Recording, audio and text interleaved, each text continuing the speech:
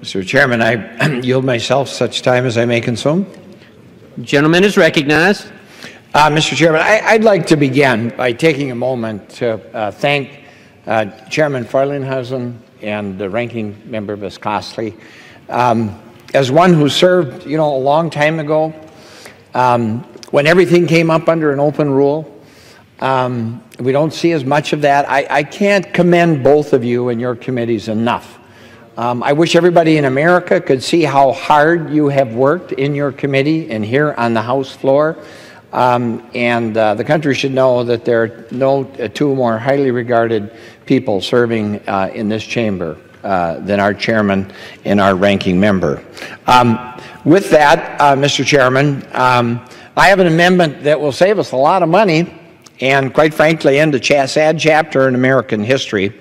My amendment eliminates funding for the Iraqi Training and Equip program and applies that money to reducing the deficit.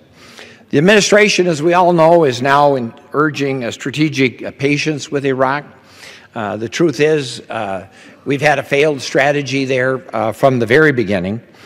And the fact is that this is a century-old conflict. The fact is that we have no friends in this conflict. The history of it is clear. I happened to be up in the Tora Bora back in the 70s and learned that we were funding and training and equipping the Mujahideen to fight against the Russians under the notion that the enemy of our enemy is our friend. Well, we were wrong. They morphed into Al-Qaeda, and they were the people that bombed the World Trade Center. Well, then we supported Saddam Hussein in the war against Iran. We knew he had used chemical weapons because we had the sales receipts. We had supplied them. After that, we deposed him. Then we put the Shiites in power.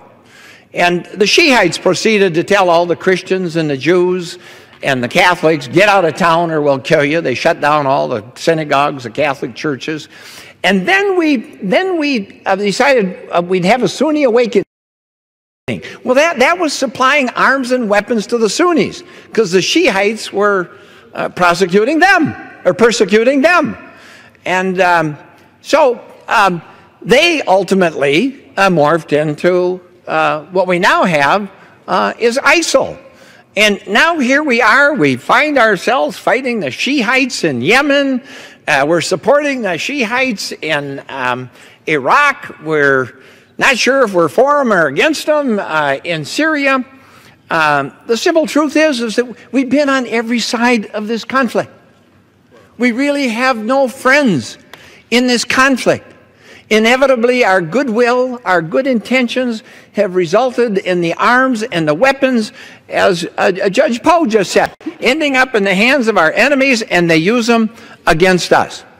The fact is, we've spent $3 trillion on this conflict. Think about that, $3 trillion. For $1 trillion of that, we could have graduated every kid in America from college and vocational school debt-free.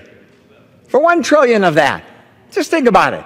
Think about it. We could have rebuilt our transportation and infrastructure system in this country. For another trillion, we could have given the Americans a tax break. Well, Mr. Chairman, instead of 13 years of war, the administration now admits that we have no strategy. The Secretary of Defense admits that the Iraqi army has no will to fight ISIL. No will. When they took over Ramadi, all they did was growl at them. And they ran like rabbits. And they left their Humvees, they left their tanks, they left all their weapons, and we resupplied ISIL once again to use those weapons against us. Well, the weapons we have supplied, the people we have trained, have ended up in enemy hands time and again and been used against us. Mr. Chairman, colleagues, the old definition of insanity is repeating the same behavior. Repeating the same behavior over and over and expecting some different results. To paraphrase the old serenity prayer, let me say, Mr. President and colleagues, let us change what we have the power, the wisdom, and the courage to do. before we bankrupt this country. Thank you, Mr. Chairman. I reserve the balance.